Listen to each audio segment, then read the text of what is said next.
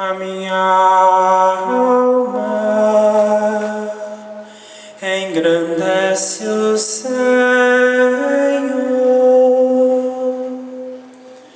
porque olhou para a minha humildade.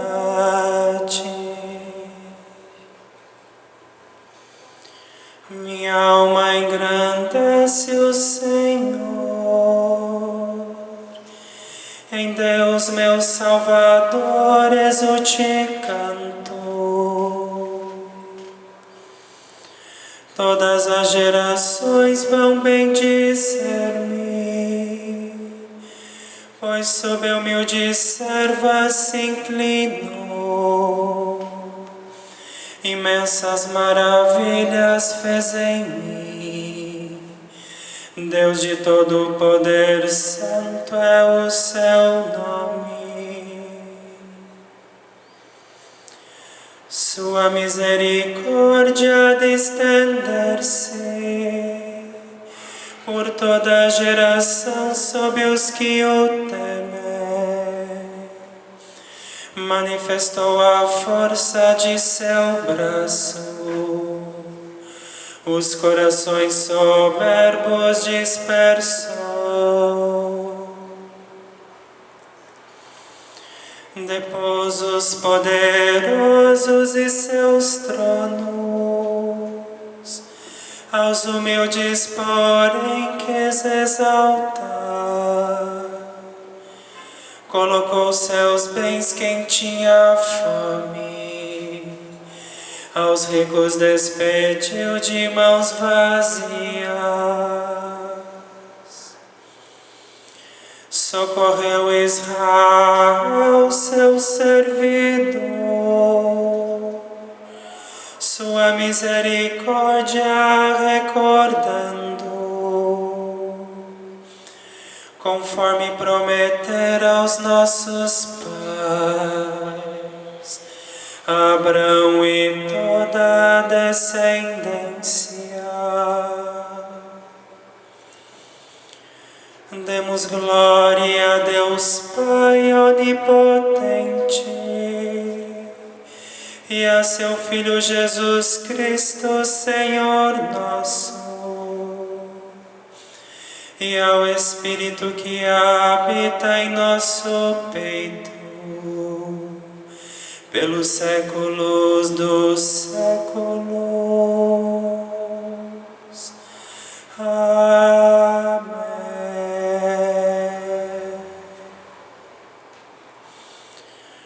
A minha alma engrandece o Senhor,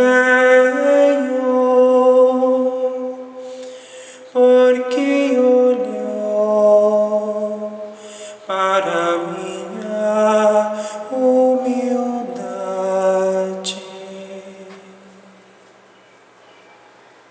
Então hoje é o nosso último encontro.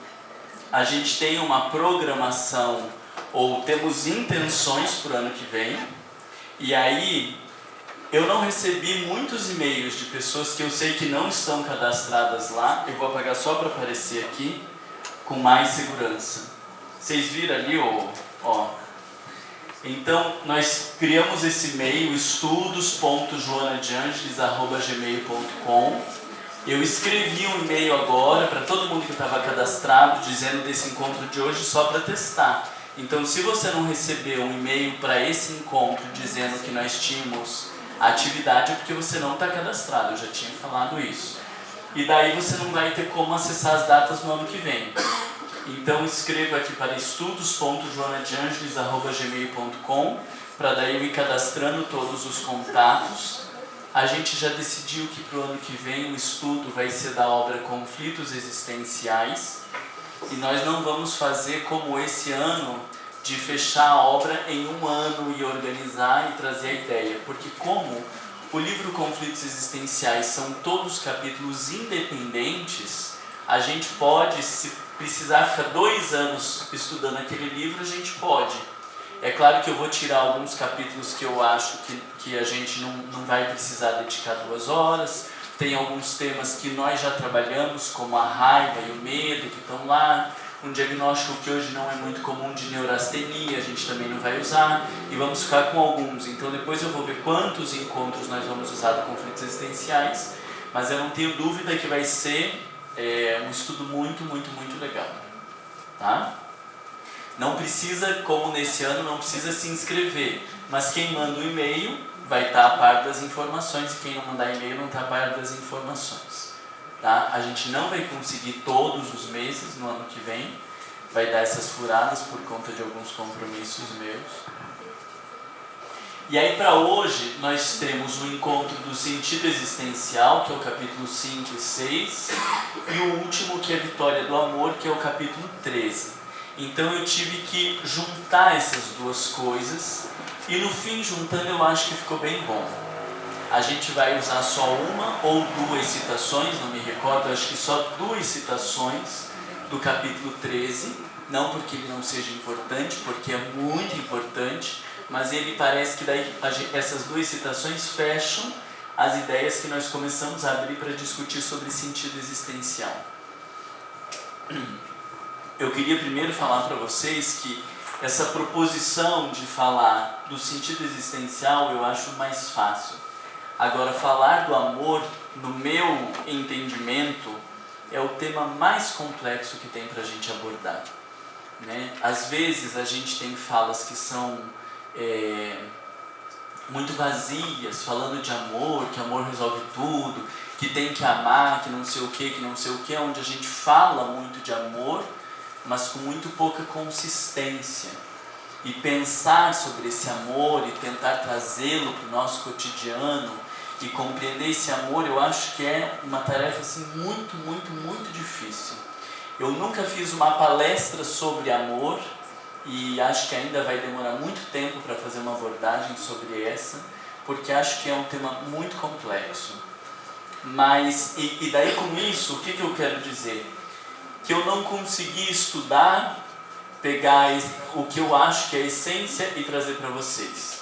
Eu fiz já as leituras desse livro e eu construí uma ideia na minha cabeça e eu trouxe as referências para chegar nas ideias que eu construí. Isso é quase uma adulteração de um texto, na verdade, porque a gente deveria absorver a ideia do autor e trazer a construção da ideia do autor, e eu não consegui fazer isso. Eu fiz uma construção pessoal e fui pegando as citações que me interessavam para a minha construção pessoal para provar para vocês o que eu estou pensando.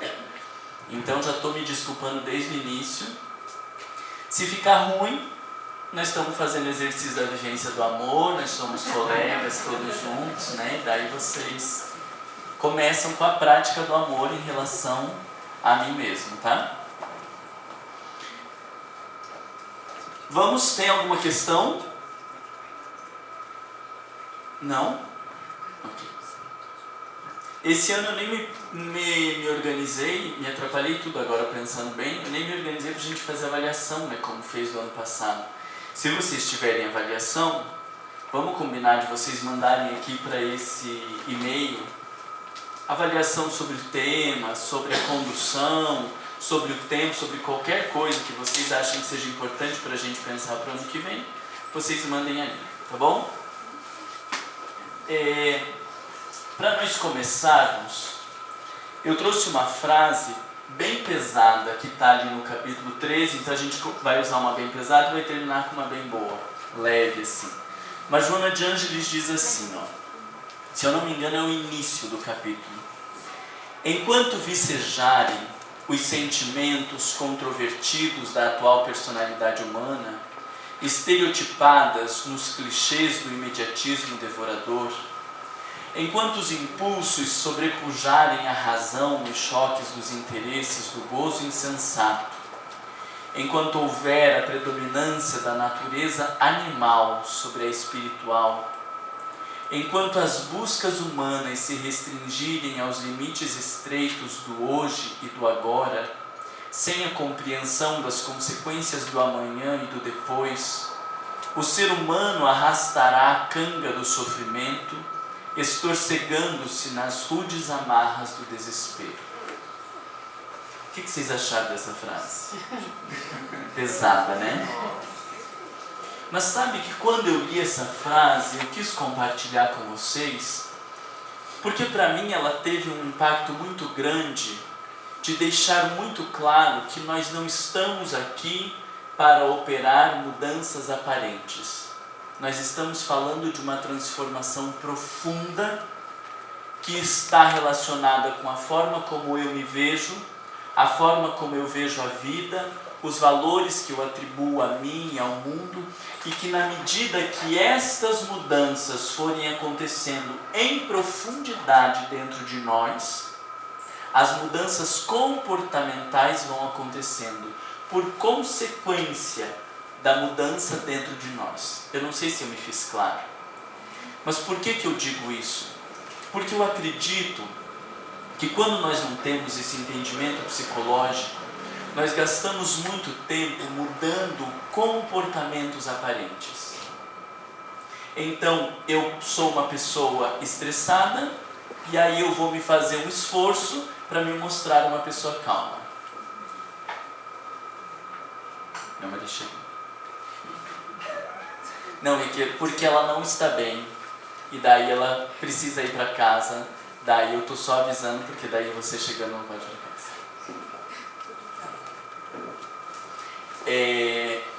Então a gente gasta uma energia grande porque eu sou orgulhoso, e aí a gente vai gastar uma energia enorme para não aparecer esse orgulho. Eu sou uma pessoa irritadiça, impaciente, e nós estamos chamando de transformação moral esse esforço de mudar a cara das coisas. E quando eu olho para um texto como esse, fica muito claro para mim que a mudança não é da cara das coisas, a mudança é de uma filosofia de vida que se manifesta em comportamentos diferentes. É como se a gente quisesse pegar um atalho, mudar lá a coisa no final, sem pagar o preço de fazer transformações profundas, sem viver um processo de meditação, reflexão e transformação interior, querendo mudar as coisas por fora. E quando a gente olha uma frase como essa, fica muito claro que a mudança que tem que acontecer não é desse comportamento aparente, daquilo que as pessoas nos criticam, daquilo que elas falam, mas de uma forma de ver a vida, um despertamento do que nós estamos fazendo na Terra, de qual é o sentido de estarmos aqui, de qual é o caminho que nós estamos realizando, de quais são as nossas buscas, e não de ficar fazendo remendo num comportamento feio que nós temos. Vocês concordam com isso que eu estou falando? E entendem isso que eu estou falando? Vocês estão com uma cara meio estranha assim. Então fala. Se você se você muda o teu comportamento e toma por hábito melhorar esse comportamento, aos poucos você não vai absorvendo isso e assume isso como natural? É bem isso que eu não concordo. Vou tentar me explicar para ver se você concorda com o meu raciocínio. Mas por quê? Nós estamos falando aí de um hábito, né? E a gente vai se habituando. Mas nós estamos, na doutrina espírita, falando de transformação moral. E no meu entendimento, mudança de hábito e transformação moral são duas coisas diferentes. Porque o que eu entendo como transformação moral tem a ver com o desenvolvimento das virtudes, o encontro com o aspecto divino, e isso vai modificando o nosso comportamento. Por conta do nosso autodescobrimento, da percepção do nosso mundo interno. Então, o que eu acredito quando a gente faz isso é só uma mudança de hábitos. Mas o hábito, no meu entendimento, dentro da psicologia profunda, ele é só como se fosse uma casquinha. Claro, a gente se habitua a muitas coisas erradas, a gente se habitua a uma alimentação errada, a gente se habitua a uma rotina agitada, a gente se habitua a essas coisas, e essas coisas que a gente se habituou, nós temos que buscar outros hábitos, porque eles são prejudiciais e vão nos prejudicar. Mas eu não acho que esse é o essencial da doutrina espírita. No meu entendimento, o essencial tem a ver com a forma como eu me vejo, a forma como eu compreendo a vida, o que nós estamos fazendo aqui, da onde que viemos e para onde que estamos indo. E daí para mim faz muito sentido quando Allan Kardec pergunta aos espíritos qual o meio prático mais eficiente que tem o homem de se transformar moralmente e não ser arrastado pelo mal. Ele não disse habituando com novos comportamentos. Ele poderia dizer, vai mudando as coisas aos pouquinhos até que você se habitue e o mal vai perder poder. Eles não respondem isso. Eles falam da necessidade do autodescobrimento, porque este olhar profundo de quem eu sou, do que eu estou fazendo, de quais são os meus propósitos, é transformador. Entende? É difícil isso, né? Porque nós estamos falando de uma outra forma de compreender a vida e uma outra forma de conduzir as nossas atitudes. Não quer dizer que agora nós vamos soltar e vamos levar tudo de qualquer jeito. Não. O que eu estou propondo é um compromisso muito mais profundo, porque quando essas coisas dentro de nós forem modificando, os hábitos vão modificando naturalmente. De dentro para fora. Porque justamente a denúncia que Jung nos faz é desses comportamentos de fora para dentro e que vão criando uma sociedade hipócrita. E aí depois de Jung ainda foram surgindo vários outros autores falando desses comportamentos aparentes que acabam sendo movimentações todas egóicas. Eu mudo para mostrar que mudei, para me sentir melhor do que os outros, para ter aplauso, para ter resultados. E no fundo tem um ego ali danado, agora num discurso religioso, que vai ser aplaudido pelas pessoas, mas continua com toda a sua imundície moral. Vou dar um exemplo para vocês de um palestrante que estava discursando sobre a importância de dormir menos e de fazer muitas coisas. E falando, e falando, e falando, e falando. Nossa, mas depois você começa a perceber a fala do sujeito. Num movimento espírita, dormir menos e trabalhar muito, escrever muito, fazer muitas palestras é uma coisa super aplaudida. Não parece? Super nobre. Mas depois você começa a ver nas entrelinhas de um determinado discurso e você vê uma pura vaidade. Porque quando eu digo para vocês que eu durmo muito pouco, que eu trabalho muito, que eu faço muito bem, eu estou aqui dizendo, olha como eu sou maravilhoso, me aplaudam num puro processo de exibicionismo. Por quê? Porque não fez a mudança lá profunda. Então ele se habituou a dormir menos, se habituou a trabalhar um monte, escrever um monte, fazer um monte de coisas, mas não fez a mudança profunda. Vocês entendem como é arriscado e danado esse negócio? Aí a gente se habitua a fazer o trabalho da sopa, se habitua a dar dinheiro para os pobres, se habitua aos trabalhos assistenciais e acha que está fazendo caridade. Não, a gente se habituou a estas coisas. Se habituou a fazer oração, se habituou a ler o Evangelho, se habituou a vir ao centro espírita, mas podem ser só hábitos que não têm nada a ver com os aspectos essenciais. E eu entendo que esse é o maior rompimento que a psicologia espírita que Joana de Ângeles propõe. Maior rompimento. Sair dessa coisa aparente de transformações de fora para que a gente adentre o mundo interior. E até a nossa compreensão do que seja amor, ela tem um olhar diferente quando a gente parte dessa premissa de uma mudança de dentro. É difícil a gente olhar por esse ângulo, né? Estava tão bom aquela ideia de ir se habituando e daí vai mudando. Mas vê se vocês concordam comigo. Nessa lógica de mudanças como nós fomos criando até aqui, em umas 10 encarnações a gente viraria espírito puro. Às vezes menos de 10. E por que Emmanuel diz que nós estamos mais próximos da animalidade do que da angelitude? No meu entendimento é porque a mudança é uma coisa muito, muito, muito mais profunda do que a gente está imaginando. Se fosse possível dar conta da vaidade como a gente acha que está dando, dar conta do ciúme como a gente acha que está dando, do orgulho como acha que está dando, mudando essas coisas aparentes, em 10 encarnações a gente se transformava em espírito puro. E por que eles não nos dizem que a gente está aí bem próximo de transformar em espírito puro? Porque talvez a transformação seja diferente desse discurso de mudança de comportamento. A gente está fazendo mudança de comportamento chamando de transformação moral. E eu não concordo com isso. Porque senão logo a gente se transformar em espírito puro. E aí as pessoas vão dizer, nossa, vocês lembram o Marlon? Meu Deus, o Marlon falava alto. O Marlon vinha do centro espírita, aquela coisa espalhafatosa. Hoje o Marlon é uma pessoa tão calma, tão tranquila. Olha a coisa que ele passa assim pra gente, né? Fala mais baixo. Se for nesse ritmo aí, ó, 2 encarnações vira espírito puro. Se fosse possível transformar as coisas desse jeito, em 2 encarnações de espírito puro. Mas o Marlon agora fala baixo e tem o problema do refluxo, a dor de cabeça, problema de pele, né? Doença autoimune, um monte de coisa bem normal, todo mundo tem, né? Doença autoimune hoje virou rotina aí para nossa sociedade, né? Ter doença autoimune. Então o Marlon agora é uma pessoa bem calma, serena. Nossa, a gente gosta tanto de estar do lado do Marlon, porque ele faz a repressão igual a gente faz, a gente adora, né? Essas pessoas que funcionam desse jeito. E está chamando isso de transformação moral.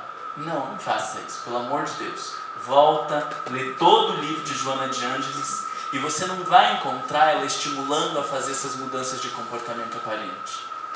Vê os textos que a gente estava discutindo de depressão e está lá ela dizendo tem que se alegrar, tem que pôr um sorriso no rosto, seja feliz. Não teve nenhuma fala nesse sentido, é tudo do profundo, tudo do profundo. E vocês vão ver que o sentido existencial e o amor está nesse mesmo caminho. Não é de ficar mudando por fora, é do profundo. E aí não é que Joana de Ângeles seja difícil de ler. É que a gente tem que abrir mão de uma forma de pensar para que a gente compreenda a Joana de Ângeles. E isso que é o difícil. Porque se eu não abro mão da forma de pensar, eu leio aquilo ali e não entendo o que ela está falando. Faz sentido isso para vocês? Marlene está com uma cara assim, ó, de... Tô acabada. Começo. E agora você falando, então, Deus Deus. Aí eu coloquei uma pergunta aqui. Tá, então se esse negócio, o que nos cabe fazer? E eu queria retomar o que eu tinha proposto para vocês nos nossos primeiros encontros. E o meu medo é de vocês fazerem uma cara de espanto, então não façam cara de espanto. Quando eu retomar o que eu tinha proposto para vocês, você finja que você fez tudo o que a gente tinha combinado no primeiro encontro. Mas vocês lembram que eu falei que nós precisávamos ter uma vida interior fértil, de tirar momentos para reflexão, para interiorização, para meditação. Isso é uma mudança mais profunda. Eu tenho medo de perguntar quem, se nós tivermos 8 encontros, sentou e meditou 8 vezes, pensando no encontro, não porque eu já tinha essa prática, mas pensando no encontro, ao longo desse ano meditou 8 vezes. Queria dizer para o público que está nos assistindo que eu tenho medo, porque com certeza vai constranger 1 ou 2 pessoas, porque todo mundo meditou muito mais do que 8 encontros. Por essa risada que eu peguei vocês. Se vocês não rissem é porque era uma verdade que eu tinha falado. Agora, como vocês se entregaram. Não há como fazer essas mudanças profundas sem uma viagem interior. Não há como existir transformação moral só lendo livro, fazendo palestra e desenvolvendo tarefas lá para fora. Não há como. A gente precisa parar. Não dá para terminar de ler um livro e começar a ler outro. Precisa terminar de ler o livro e perguntar o que esse livro fala para a minha alma. Qual é o impacto desse texto para mim? Ontem a gente estava discutindo, né, sobre poesia, ali, os livros de poesia, e essa loja não dá para ler as coisas rápido, tem que ler e parar. Deixar que esse negócio reverbere dentro de mim. Deixar que essa coisa me toque. Não adianta a gente passar discutindo todos esses textos ou lendo os capítulos, fazer um monte de anotação, se eu não parar e pensar aonde que isso me toca. Não faz sentido você voltar para estudar ano que vem se você não conseguir, no período de férias, olhar o texto Amor Imbatível, Amor de Volta e dizer o que esse estudo falou para mim esse ano, quais foram os convites que esse estudo me fez, quais foram as reflexões que esse estudo provocou, o que eu preciso ir trabalhando, meditar sobre o que é essa história de amor, o que esse título Amor Imbatível, Amor tem a ver com tudo que a gente foi estudando. Por que Joana de Ângeles trouxe esses temas e não trouxe outros? É deixar que esse negócio vá repercutindo dentro da gente, nos transformando. Se não fizer isso, nós vamos nos tornando enciclopédias. Depois nós nos tornamos pessoas chatas, porque a gente tem resposta para tudo, a gente sabe tudo, a gente fala tudo, a gente orienta todo mundo e no final a gente está fascinado. Porque a gente está vivendo um processo puramente intelectual e não fazendo a viagem para dentro. E a gente não pode pegar os textos de Joana de Ângeles e repetir o mesmo padrão, porque ela veio para nos ensinar a viver um outro padrão, que é do olhar para dentro. Então a gente não pode pegar a Joana de Ângeles e continuar fazendo a mesma coisa. Quando eu estou falando de mecanismo de defesa, Joana, em alguns lugares, aí tem gente que me faz a pergunta. Sempre que eu estou fazendo seminário de mecanismo de defesa, tem gente que diz, tá, mas daí quando o fulano está fazendo isso não é introjeção? Aí eu pergunto, o fulano é você? Que se for você, vamos responder. Mas se não for, é porque você está pensando na vida de um outro alguém, não serviu de nada que a gente está estudando. Né? Então, o convite é sempre para dentro. Faz sentido isso que eu estou falando para vocês? Vocês prometem que nas férias vocês vão pegar esse livro, dar uma passada por ele, ver as coisas que você anotou. Tem partes que eu estou lendo que eu escrevo assim, ó, eu, e põe uma exclamação, que assim, isso aqui é bem eu mesmo. E a minha esperança é de que passe 20 anos e eu olhe e diga, puxa vida, eu passei 20 anos atento a esse tema e não tenho esquecido que aquilo ali falava do meu jeito de funcionar, né?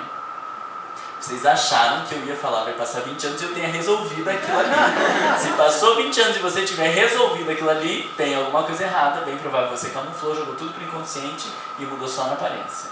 Peguei vocês, né? 20 anos, gente, 20 anos não é nada, né? Lembra lá de Chico perguntando, Emmanuel, o que são 50 anos na psicografia para Jesus? 5 segundos, meu filho, né? Então, se você vier com essa história de que em 20 anos você mudou muita coisa, você está perdido. Precisa do olhar para dentro. E aí, eu ia trazer no encontro anterior essa pergunta para vocês. Eu vou apagando e daí você vai me lembrando de acender caso eu esqueça. Essa pergunta para vocês eu ia trazer no encontro anterior para vocês pensarem e virem para esse encontro mais refletidinho. Mas fica aí a pergunta então agora. Qual é o objetivo da tua existência? Não vem com o discurso pronto, tá? Evolução do espírito imortal. Tem uma raiva dessa gente. Fala nada com nada, né? Que Divaldo Pereira Franco fala evolução do espírito imortal, eu acredito, né? Porque ele vive isso o tempo inteiro. Agora, vinha gente aqui com essa vidinha mais ou menos que a gente tem, dizer que o nosso objetivo é a evolução do espírito imortal? Mentira, né? O que nos sustenta? A questão do sentido existencial, Viktor Frankl, ele já trabalhava esses temas antes dele ter ido para um campo de concentração. Viktor Frankl era se eu não me engano, era um psiquiatra, e que viveu nos campos de concentração na Segunda Guerra Mundial, e lá ele consolida alguns conceitos a respeito do sentido existencial, e na psicologia ele hoje é considerado a maior referência em termos de sentido existencial. Ele desenvolve uma teoria chamada logoterapia, que é a terapia do sentido existencial. Existem especializações, tem gente que faz mestrado, doutorado só em logoterapia. Não é logosofia, que é outra coisa, tá? Logoterapia e logosofia são coisas diferentes. E Viktor Frankl, ele identificou que algumas pessoas nos campos de concentração tinham um estado que hoje a gente chama, acho que nem existia a palavra naquela época, hoje a gente chama de resiliência, uma capacidade de sobreviver àquelas dores, às dificuldades e todos os constrangimentos que um campo de concentração impunha, e essas pessoas se mantinham vivas, sobrevivendo a todos esses problemas, e outras pessoas já morriam antes mesmo da morte física. E ele vai chegando a uma conclusão de que as pessoas que tinham um sentido existencial, que tinham um algo a mais do que a sua própria vida, eram aquelas que continuavam vivas. Tinham um porquê de existir, tinham um filho esperando, tinham um compromisso, tinham um desejo de realização, tinha alguma coisa maior do que a sua rotina e esta vida que não ia chegar em lugar nenhum. E as pessoas que não tinham um objetivo existencial, que não tinham nada a mais, já estavam mortas muito antes de serem condenadas. E a partir disso ele desenvolve toda essa teoria do sentido da vida, reforçando a noção de que o caminho que nós estamos trilhando não é de ter problemas ou não ter problemas, porque isso independe de mim. A questão é o sentido que a minha vida tem e que me ajudará a sobreviver aos problemas, a ultrapassar e crescer com esses problemas.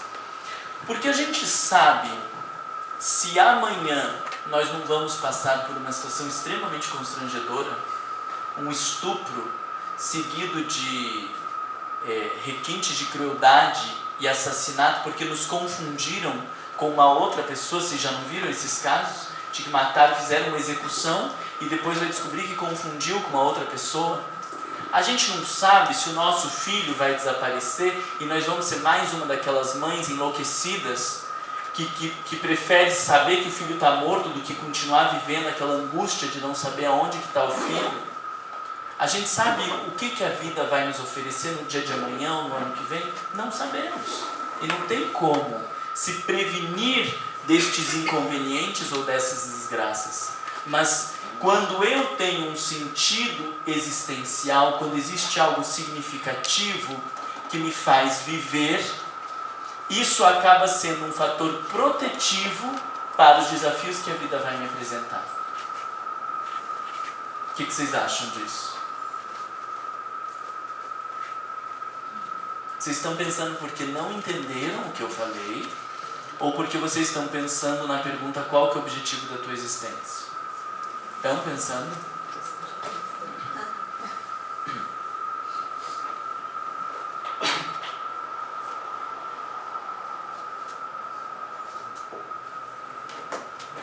Eu estava lendo um livro de Ivone Pereira, se eu não me engano o título é Dramas da Obsessão, vocês já leram?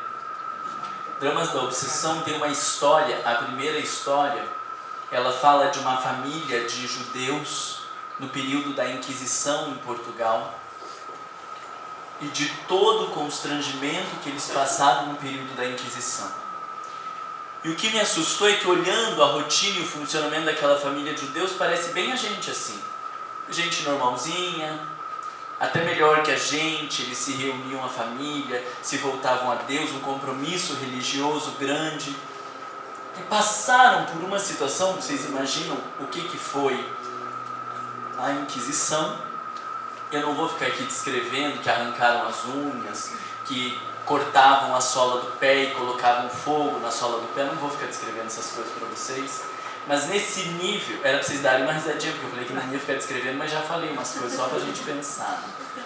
Num nível de crueldade absurda, que faz com que aquela família se transforme em obsessores dessas pessoas que lhe geraram esses constrangimentos por mais de 400 anos. Então assim, nós, quando desencarnar, vamos nos transformar em obsessores? Vamos ou não? Espera-se que não. Por hora. Agora, será que se nós morrermos num acidente de carro, onde vi um cara alcoolizado, dizendo eu vou matar vocês, eu vou matar vocês, eu vou matar vocês, a gente bate o carro e mata a família inteira, a gente vai dizendo obrigado, Senhor, pela experiência de renovação que o Senhor me trouxe e pela possibilidade de exercitar o perdão que tanto eu falei nos centros espíritas, porque agora é o meu testemunho, eu vou perdoar esses irmãos. Ou a gente vai se sentir no direito de fazer justiça com as próprias mãos e vai se transformar em espírito obsessor. Os espíritos obsessores não eram ruins necessariamente antes de se transformar em obsessor, passaram por dores atrozes. Será que se a gente passar por dores atrozes, a gente caminha para a vivência do Evangelho ou a gente se perde? Ter sentido existencial faz toda a diferença. Porque esse ódio vira o sentido existencial da pessoa que não tinha sentido existencial. Se vingar se torna o sentido existencial da pessoa. Gerar o sofrimento e o mal para o outro se torna o sentido existencial. Ou seja, não tinha, ou o sentido existencial era tão fraquinho que, aparecendo uma coisa mais sedutora, abandona o seu sentido existencial e agora o sentido existencial é vingar do outro. Esse é o propósito de um obsessor. O sentido da sua vida é se vingar. Vocês estão acompanhando o raciocínio, né? E vendo que a coisa está séria, né? Qual que é o objetivo da tua existência, você sabe dizer? Quem que conseguiu chegar numa resposta assim, numa frase de 2 ou 3 linhas? Levanta o braço para dar uma olhada. Não vou pedir para vocês falarem, não se preocupe. Só para saber se você conseguiu ou não. Não conseguiu ninguém. O que te mantém nessa vida e que não faz você se mate, pelo amor de Deus? Me diz, o que te mantém? O mundo horroroso do jeito que está. A situação feia do jeito que está. Você só não comete suicídio porque você tem medo do umbral? É só isso que te prende? É o medo do umbral que dá sentido para a tua vida. É isso? Leu, é? Não, ela falou, eu ouvi essa. Então eu sinto em dizer que vocês estão pobres de sentido existencial, tá? Com certeza. Fala, é por isso que a gente vem aqui, Marla. É, por isso que a gente veio. E por isso que eu falo aqui também. Eu achei que vocês iam falar um monte de coisa, que vocês iam discutir um monte de coisa. Talvez vocês estão querendo umas coisas bem profundas. E aí a gente, a partir do superficial para ir para o profundo, e vocês já estão tudo escaldado, né? E aí vocês já estão no profundo. Partir do superficial para o profundo. Ok, então eu vou entender isso como vocês estão bem entendendo. Eu trouxe vários slides aqui, eu queria trazer os textos para daí vocês verem a construção do pensamento. Talvez fique um pouco mais cansativo, mas é o que tem para hoje, tá? Se o Capa dos Pobres arrumar alguém melhor para coordenar o estudo de Joanna Jones, eles vão trazer essa pessoa e vocês não vão precisar ler. Por hora, é o que nós temos. Então, olha lá. Um afeto familiar, um ideal em desenvolvimento, o lar, uma atividade dignificadora, o retorno a um serviço interrompido tornam-se, entre muitos outros, objetivos que dão sentido à vida, favorecendo meios para se lutar. Certamente o oposto também dá sentido, infeliz é certo, a outras existências. O ódio, o ressentimento, a ânsia de poder, tornando as suas trajetórias adrede fanadas, porque mesmo são máscaras do ego ferido, que não se tornam razões de paz, antes se fazem contínuos tormentos. Então eu queria que vocês falassem essas coisas. Ai, cuidar dos meus filhos, meu casamento, trabalhar no centro espírita, essas coisas assim. Vocês não pensaram nessas coisinhas assim? Um pouquinho pensaram. Coordenar o DIGE, coordenar o centro espírita. Pensaram nas coisinhas dessas? Mensagem até pensou, mas... Vocês ficaram com medo de É a falar. coragem de falar isso. Ok, então por aí estamos caminhando mais ou menos junto. Aí agora que vocês pensaram isso, eu dou no dedo de vocês para dizer que isso é pouco. Tá vendo? Por isso que a gente não falou. Eu já estava esperando esse caminho e já trouxe o slide pronto para vocês pensarem sobre isso. O que será das coisas que nos movimentam, das coisas que nos mobilizam, que são sentidos da existência, ou elas são tampas para os buracos da nossa alma? A cara de vocês foi um horror.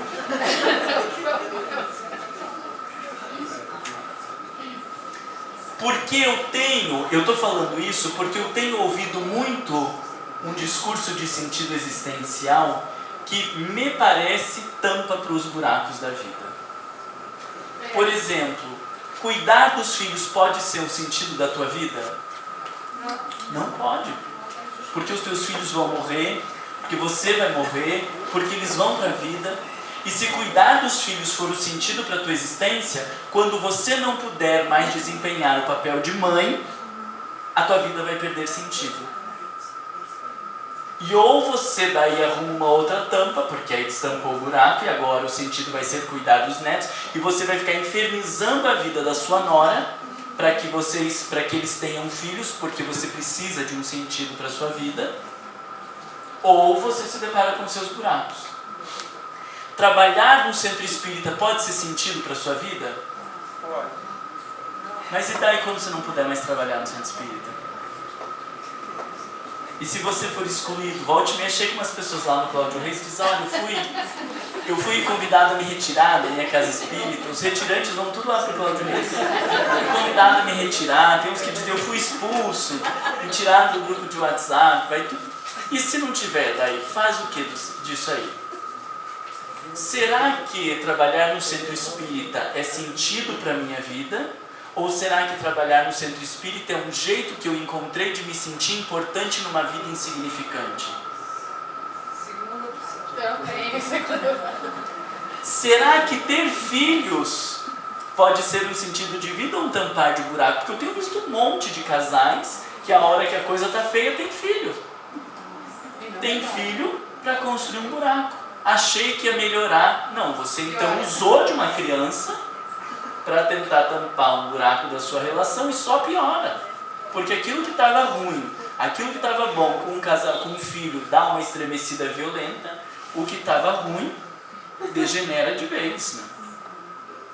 Será que a aposentadoria que muitas vezes nós estabelecemos como uma meta, as viagens, usufruir pode ser sentido para a minha vida? Ou será que tampa um buraco, porque enquanto eu estou vivendo a desgraça desse trabalho que eu não suporto, eu preciso me segurar em alguma coisinha para aguentar esse negócio aí? Esse sentido, então, tem que ser transcendental? Não sei, é uma pergunta. Será que estas coisas que a gente acha que dão sentidos, elas são sentidos de verdade? Ou será que elas são questões egóicas? Volta lá, olha quando Joana de Ângeles diz, um serviço interrompido, mas eu posso querer voltar para um serviço interrompido para mostrar para as pessoas do meu trabalho quão forte e maravilhoso eu sou. Será que isso pode ser sentido para a minha existência? Ou será que eu posso estar querendo camuflar o sujeito frágil que precisou de ajuda, querendo me mostrar forte e maravilhoso? Isso pode ser sentido para a minha existência?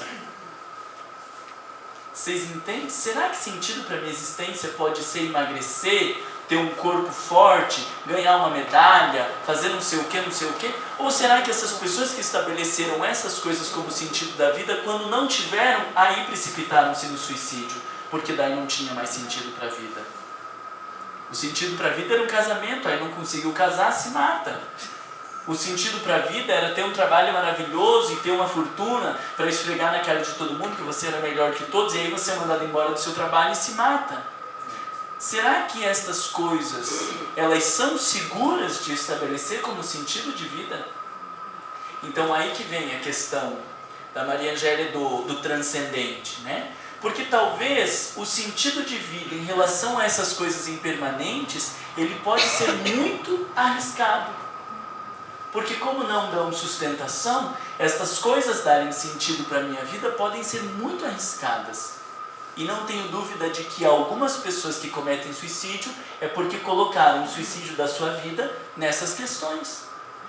E aí o sentido da minha vida era cuidar do meu filho. Quando meu filho morreu, acaba o sentido da minha vida e eu me mato.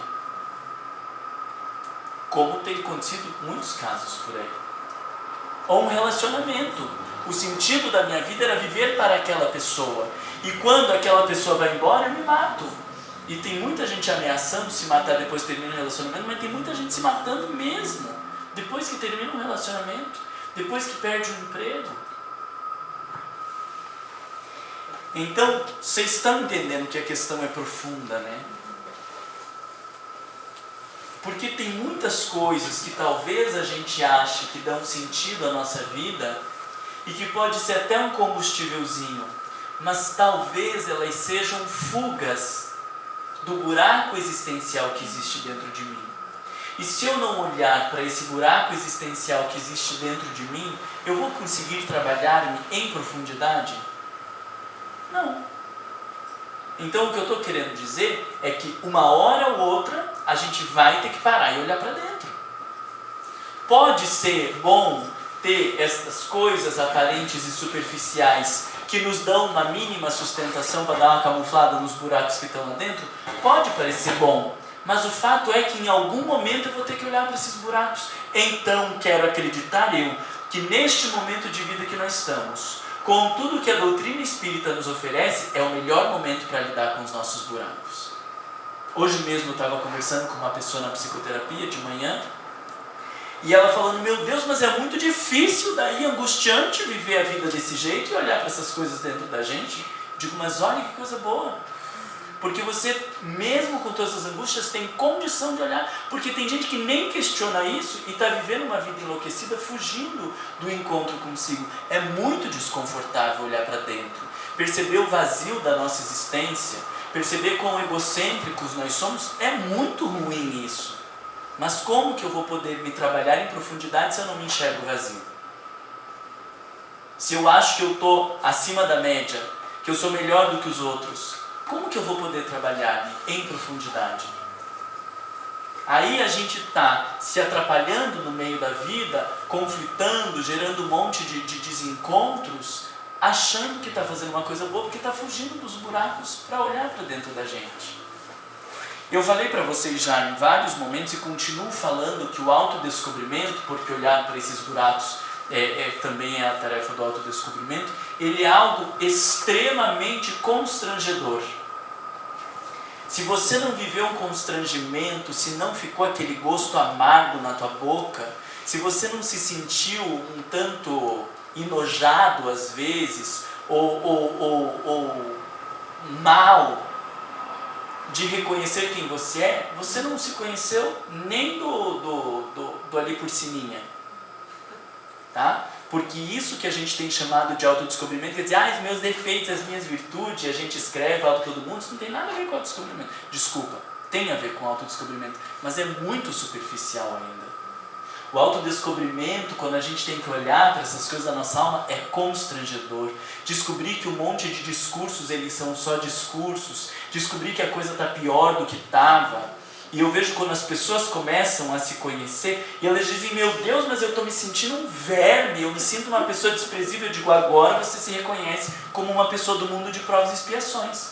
Porque no mundo de provas e expiações o mal predomina. Agora você está conseguindo se olhar e dizer, eu mereço estar na Terra, porque é um mundo de provas e expiações. Agora eu estou enxergando Allan Kardec falando do hospício, do presídio, do subúrbio. Agora eu estou enxergando. Porque antes eu não estava enxergando. E tem muita gente dizendo, nossa, porque o mar é grosseiro, porque o mar não pega muito pesado. Não acho que é pegar pesado. Eu acho que a gente fantasiou demais quem nós somos. A gente investiu demais nas máscaras, na aparência. E aí na hora que a gente precisa arrancar esse negócio e olhar para a sujeira, para a imundície que está lá dentro da gente vai culpar quem está falando da imundície que está dentro da gente? Olha a imundície que você fez. Não foi Joana Jannes que fez essa imundície. Ela sempre existiu lá. Ela só está ajudando a tirar a máscara e dizer, olha para o que está dentro de você. Porque enquanto estava muito bonito, a gente estava comparado com espíritos dos mundos ditosos, predomínio do bem, com um pouquinho de mal. Não é isso assim que a gente se vê? Parece que nós somos pessoas boas e tem um pouquinho de mal, um pouquinho de inveja, uma invejinha branca, um pouquinho de orgulho, uma inveja boa, um ciúme que apimenta a relação, um egoísmo que é auto-amor. Gente, isso aí, o dia que for isso aí, é mundos ditosos. A gente já está no oposto para o lado de cá, para baixo. É constrangedor. E aí nessa coisa de constranger, Joana Jannes vai dando raquetada, a gente vai tentando se defender, falando, meu Deus, não, nesse eu não me enquadro, aí você cai no outro, não, nesse eu não me enquadro e cai no outro. Ou você olha aquele texto, lê, diz, não entendi nada, fecha e continua vivendo a sua vida medíocre. Vamos lá. Nesse vazio que surge, por falta de motivação real para prosseguir, foge para o alcoolismo, para as drogas, para o sexo ou tomba na depressão. Alguém aqui se enquadra nesses? Não vai levantando a mão, pelo amor de Deus. Mas assim, a gente olha e parece que não. Mas será que esse traço do álcool, o traço da droga, o traço do sexo ou o traço da depressão a gente não está? A gente talvez não esteja chafurdado, porque eu imagino que uma pessoa que esteja chafurdada na droga não vai vir de sexta-feira à noite para um encontro no Capa dos Pobres, né? Ou vem para marcar uma saideira depois. Mas a gente está vivendo uma vida sob controle. Mesmo que a gente tenha essas questões aqui, está mantendo sob controle. Mas quantas vezes será que eu uso do sexo para me sentir desejado? E aí eu estou tentando camuflar o meu vazio existencial.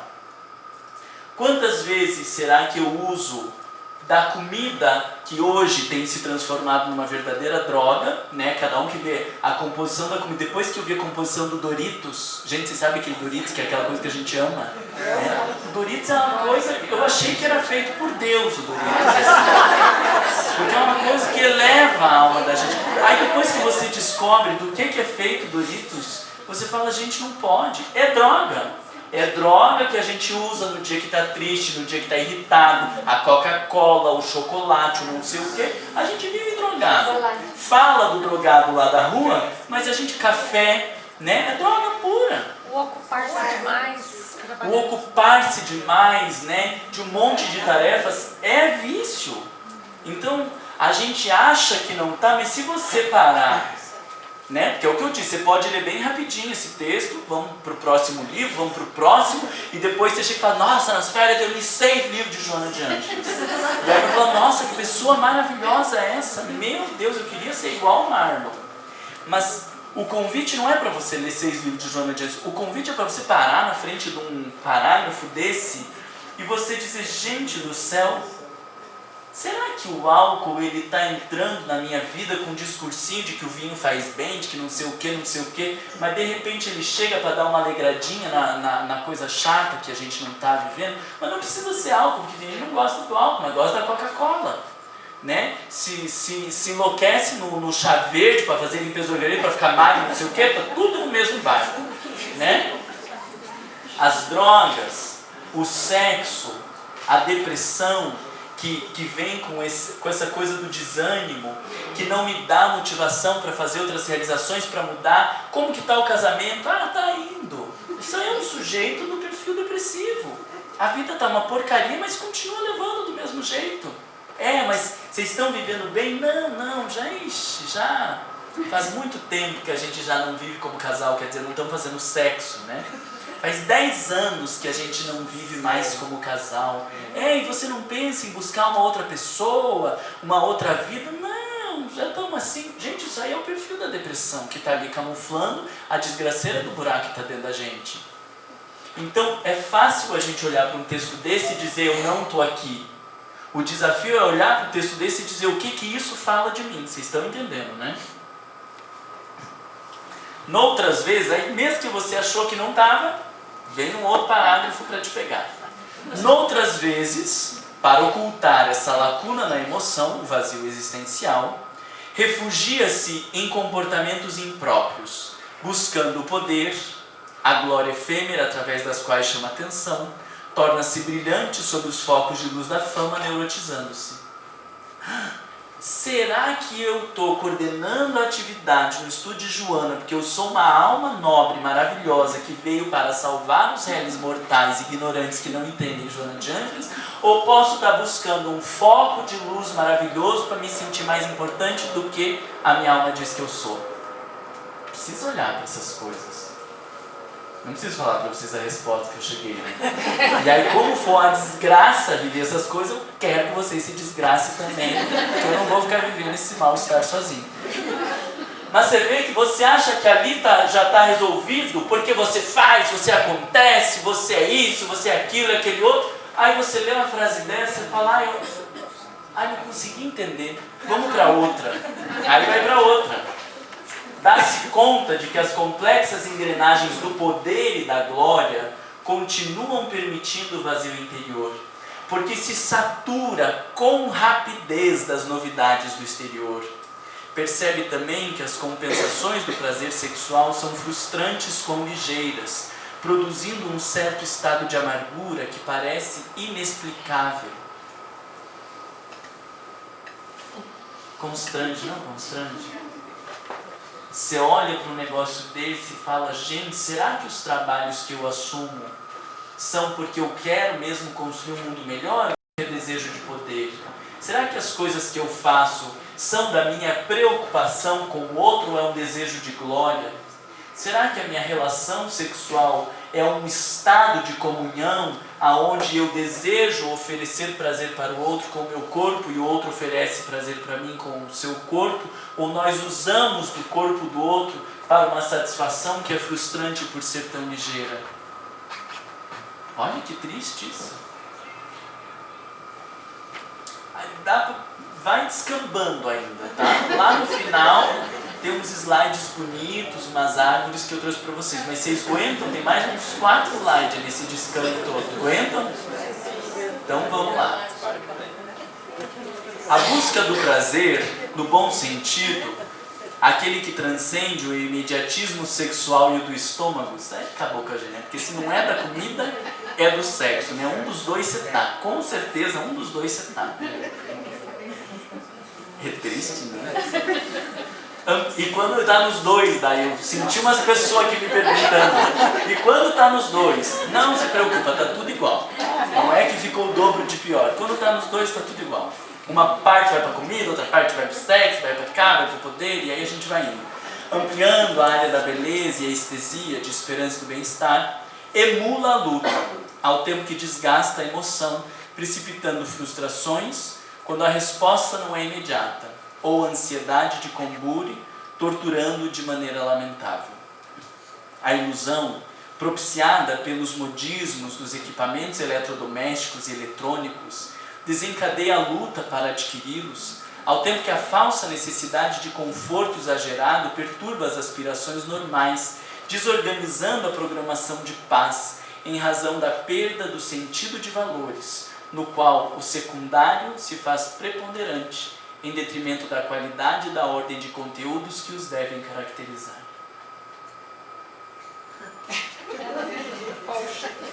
Eu só queria uma casa confortável. Agora, depois que você faz uma frase dessa, você já não tem mais certeza da tua vida.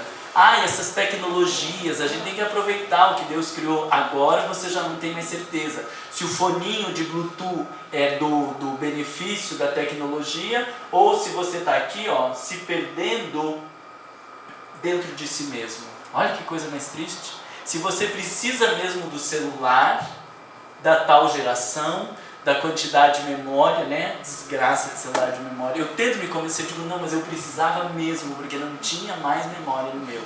Mas daí eu comprei um com 10 vezes a memória que tinha no meu. Daí você olha para um texto desse e fala,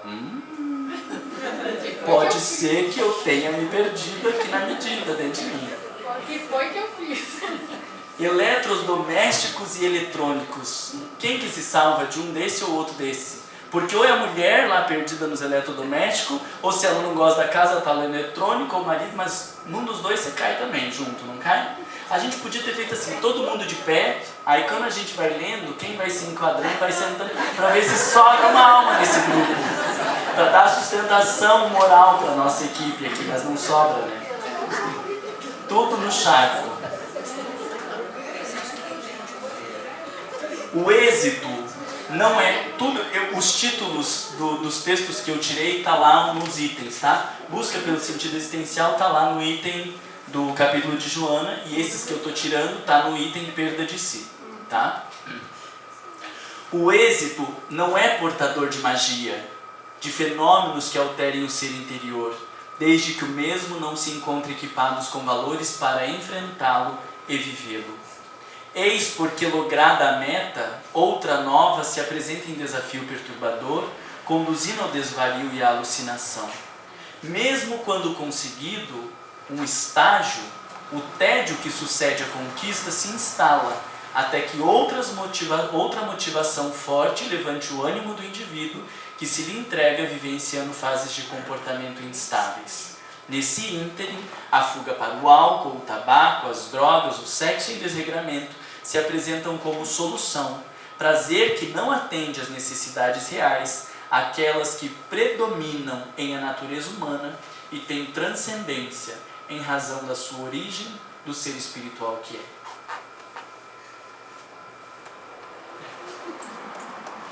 Então, até essas metas que a gente acha que podem dar sentido à nossa vida, elas podem ser tampa para o nosso buraco.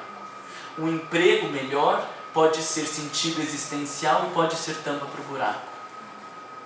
O emagrecer pode ser sentido existencial e pode ser tampa para o buraco. Vai dando outro exemplo aí, que eu só estou nos meus exemplos aqui, vai dando outro exemplo aí vocês.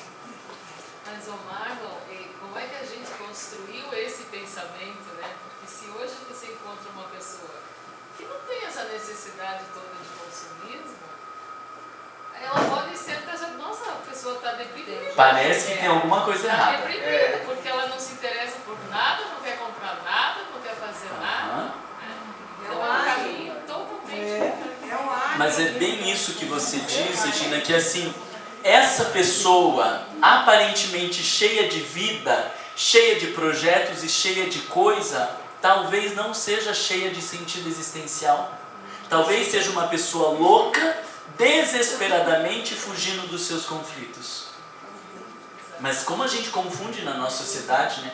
Porque alguém que está extremamente ocupado, que faz um monte de coisas, que tem uma vida, entre aspas, extremamente útil, realizadora, com metas e que faz e que acontece, pode ter um sentido existencial ou pode ser um sujeito desesperado que a cada estágio que completa, vive o tédio, precisa buscar. E aí a gente já começa a buscar outra coisa antes de acabar aquela. Porque na primeira acabou, viveu o tédio, arrumou outro projeto, então antes de terminar uma coisa, a gente já está arrumando outra.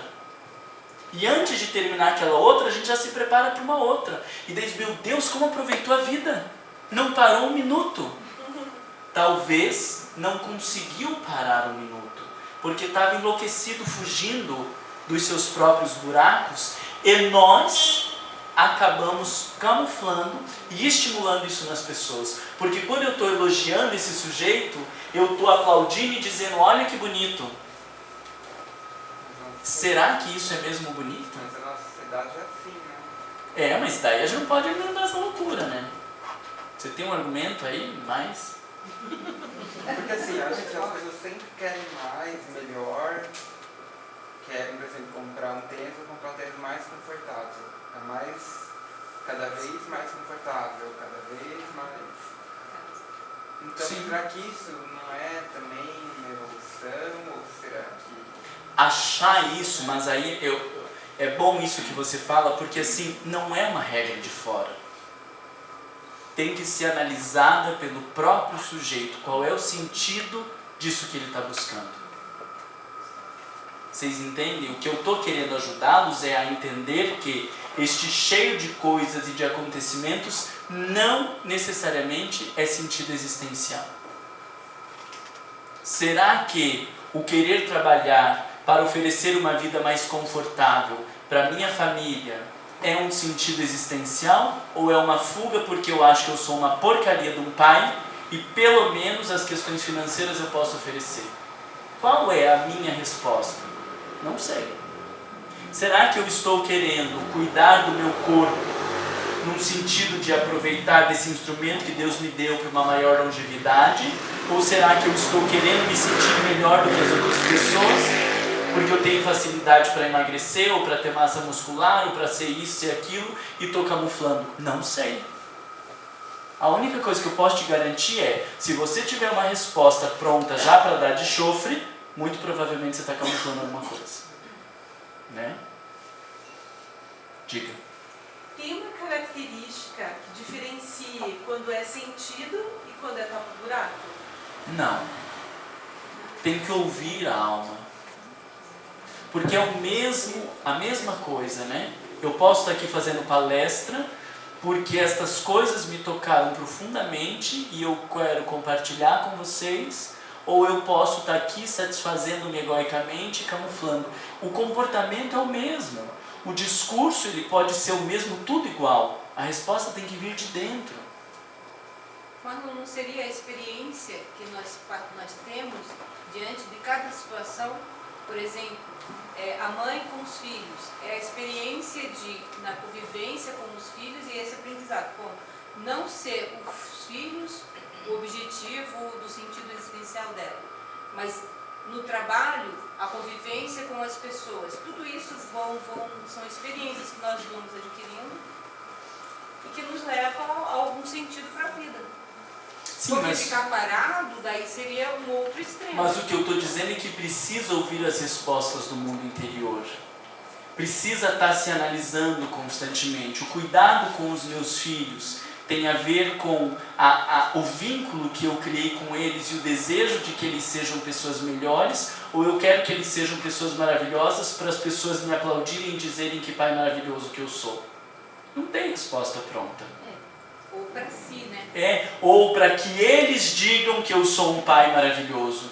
e aí dê sentido para a minha vida, que é aquelas pessoas que dizem, ai, eu compreendo todo mundo, eu tolero todo mundo, porque você quer ser bonzinho com todo mundo, para as pessoas daí serem boazinhas com você, as pessoas te ferram, e depois você diz, ah, mas o mundo só me ferra. Opa, então agora, se eu estou em contato com o meu mundo interno, eu consigo ouvir que eu estava fazendo uma troca, que não tinha nada de sentido Mas isso é existencial, uma troca. né? Não dá para dizer que sempre. Não dá para dizer que sempre. Divaldo Pereira Franco não estava vivendo troca com essas pessoas, Chico Xavier não estava vivendo troca. Não dá para dizer que é sempre. E não dá para pôr tudo no mesmo pacote, né? Na minha maternidade está o tampando o buraco ou o sentido, porque eu acho que essas coisas elas estão juntas. Mas às vezes predomina esse tampa-buraco, que é o momento que a gente tem que estar. Mas eu acho que nada no nível que a gente está é uma coisa ou outra, pura e simplesmente. Né? Então, quando eu estou aqui realizando a palestra e eu me emociono e aquilo me toca, digo, eu tenho certeza que é uma tarefa nobre, que eu estou fazendo isso por amor. Não, eu posso ter momentos onde o que me move é uma tarefa de amor e ter momentos onde o que me move é o desejo de aplauso dos outros. Não, eu acho que aí é mais acertado, que não é ou um ou outro, mas é o tempo inteiro a gente está olhando para as coisas da vida e perguntando aonde que está a camuflagem, aonde que está a tampa, aonde que está tô achando que estou fazendo, mas não estou fazendo, né? Acho que aí é mais seguro.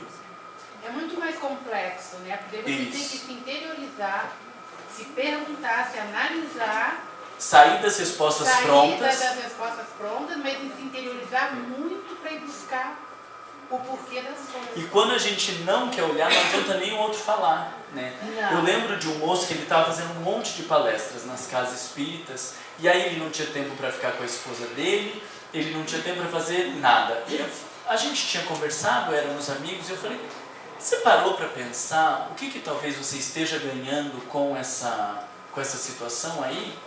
Eu falei, às vezes pode ser a coisa do aplauso, pode ser a coisa de se sentir bem, tal. Ah, não, Marlon. É uma coisa tão linda que eu sinto, tão maravilhosa, que eu tenho certeza que é a entrega ao Cristo. Eu digo, meu Pai do céu. Deixa. É bem isso, deixa, porque se o sujeito não está disposto a ouvir, não há o que falem de fora, porque é mecanismo de defesa. E a mesma coisa acontece com a gente. Eu estou usando o exemplo dele para a gente pensar justamente isso, que se eu não fizer o movimento de olhar para dentro, não há quem fale, não há texto que eu leia, não há Joana de Anjos se materializando e me falando que vai fazer com que eu olhe.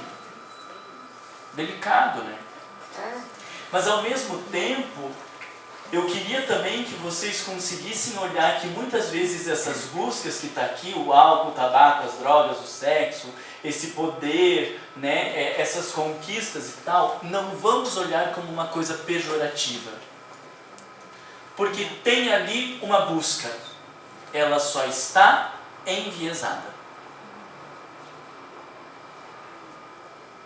Vou falar com um exemplo que eu sei que vocês não vão gostar. Mas às vezes, na desregulação do sexo, das drogas, do álcool, tem mais desejo de viver do que do sujeito que está numa vida acomodada.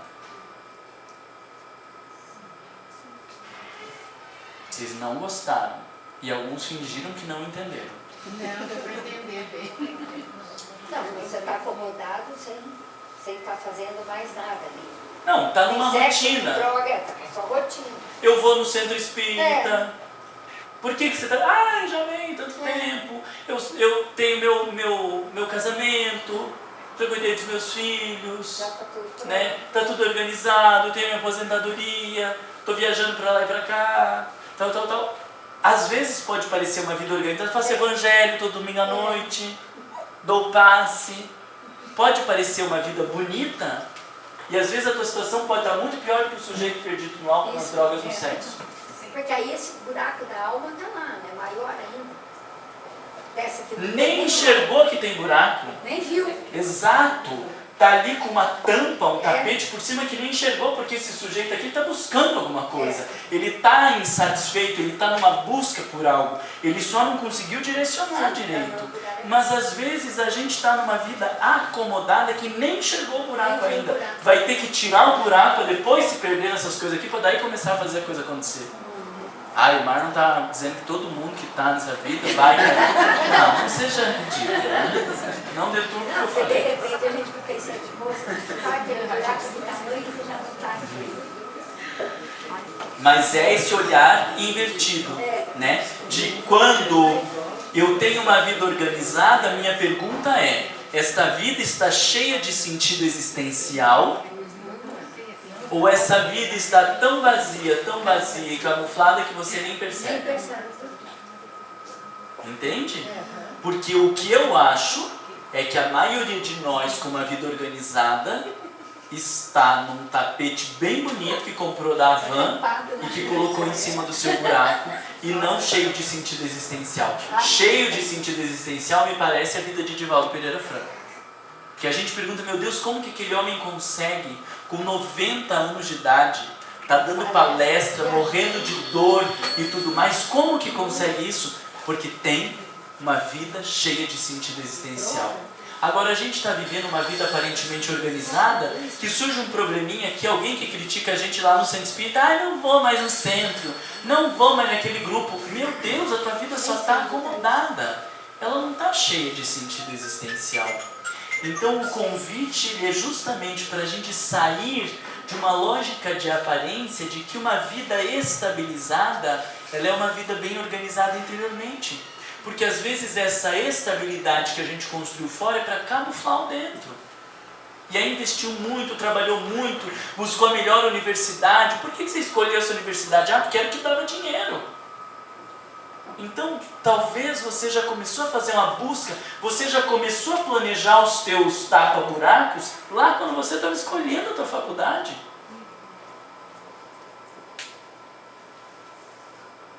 Nossa, o último encontro era sobre amor, né? Mas se de repente você só passou naquela faculdade, não é tanto custo. Mas tem que olhar para dentro. Mas não era para ser o último encontro de amor, né? Talvez essa programação começou com os pais da gente. E com a compra que a gente, né, aceitar esse pacote pronto, né? Porque os nossos pais, talvez, para ter já tiveram filhos, né, com um sentido para as suas vidas, e aí meu filho tem que ser isso, tem que ser aquilo, e aí a gente tá num bolo, né? Não era melhor não ter começado a mexer nesse negócio? Tem vezes que eu fico olhando assim, eu digo, gente do céu, tava tão bom do jeito que tava indo, né? Marlon, o Vinícius está sugerindo você trocar de assunto. É que todos nós passamos por Mais essa uma situação. piorada, Vinícius, que ainda tem mais aqui, ó. Cresce indevidamente que o êxito é o medidor de valores através dos quais se destacam as pessoas. Encontra-se em qualquer tipo de busca, não somente econômica, mas também cultural, científica, social, artística, em qualquer área que seja necessário desempenhe as manifestações dos valores. Então, olha só, talvez esse sujeito exitoso que a gente queria ser como ele, talvez não seja exitoso como a gente imagina. E quantas pessoas a gente olha bem-sucedidas financeiramente, bem aposentadas, entre aspas, bem casadas, bem não sei o quê, corpos maravilhosos ou esculturais, e parece um sujeito de êxito. E olha o que ela diz, não só o êxito econômico. O econômico porque é o que a gente mais vê, né? Um sujeito com 40 anos, com um salário de 20 ou 30 mil reais na nossa sociedade, todo mundo vai olhar e dizer, puxa vida, né?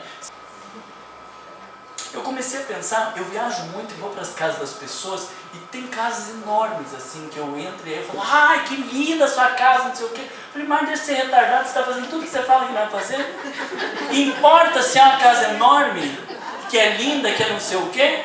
Olha o que você está dizendo que é importante. Se a casa tiver uma família decente, se as relações forem boas, se te tocar a alma e o coração, então quando estiver saindo, você diz, foi muito bom estar aqui com vocês pelas relações que nós tivemos. Mas olha você alimentando como se o mais importante fosse a casa.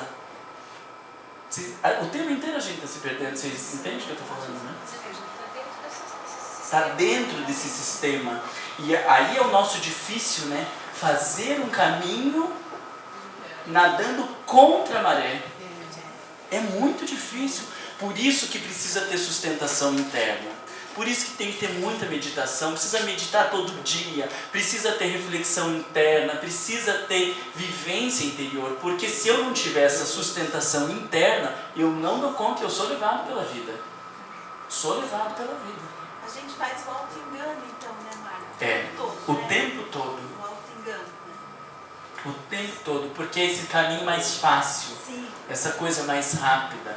porque a gente não vê a dependência que a gente tem dessas coisas para não encarar o próprio vazio, né? Exato. E aí, como a Angélica falou, até na infância ou em certas situações que já vem carregando, aí quando chega na crise da meia-idade, se explode. Aí explode e é muito E difícil. aí não dá mais para ficar se enganando, porque a coisa começa a tocar de dentro para fora, né? Não, mas dá pra continuar se enganando, porque daí tem muita gente que na crise de meia-idade vai se enlouquecer, a mulherada vai se enlouquecer nos botox, nos não sei o que, nos não sei o que, a almarada vai trair agora, querer pegar as menininhas de 20 pra se sentir... Claro que dá, a maioria tem se desime assim. Ou vai viajar, né? Ou vai viajar, né? Pra daí toda a conversa que você tiver com alguém que disser que foi pra algum país, você também dizer que você também foi, né? Mas Marlon, a gente não consegue, é que é difícil, né? Você está se encarando a todo momento, percebendo tudo isso em você. Mas a gente não pode, não é mais fácil quando a gente aceita, realmente eu não sou perfeita, eu estou cheia de defeitos e eu posso conviver melhor com isso, sem buscar o externo. Esse é um grande desafio. Mas o problema, Marlene, é que esse olhar à imperfeição, o olhar como nós somos faltosos, olhar para estas coisas é muito difícil. E quando a gente olha, a gente já quer ir logo resolvendo. Então assim, tá, eu estou assumindo que eu sou orgulhoso, mas eu já começo a cuidar com o meu comportamento orgulhoso para as pessoas não verem mais que eu sou orgulhoso. É quase inevitável. Alguém diz, nossa, mas como você é vaidosa, olha esses teus brincos aí de não sei o que. A gente já começa a pensar, se não quer parecer vaidoso, já começa a pensar, já dá vontade de tirar o brinco ali no banheiro já, para não parecer mais vaidoso. Então, este olhar para a vaidade, reconhecer-se vaidoso e dizer, meu Deus, eu sou uma pessoa vaidosa mesmo, que saco, né? Porque eu já queria estar ali, eu e Jesus Cristo, lado a lado, e agora eu tenho que olhar para essa vaidade e saber que eu não vou resolver essa vaidade de uma hora para outra, e que se eu tirar o brinco vai aparecer de um outro jeito, de outro jeito, e como que vai ser agora eu me assumir vaidoso, porque eu que dava de dedo com o outro que era vaidoso, outro que é orgulhoso, agora quando eu for dar de dedo em alguém, eu vou ter que lembrar que eu sou vaidoso e não vou mais perder dar de dedo nas pessoas. Mas isso não é bom? É ótimo. É ótimo. Mas é muito difícil. Das pequenas coisas que eu consegui refletir, no fundo eu achei que fossem ruins, mas ótimos. É ótimo. Porque quando eu olho para todas essas coisas, você vê, para mim, a primeira resposta mais imediata e benéfica de tudo isso é a diminuição dos nossos julgamentos e das avaliações em relação ao outro.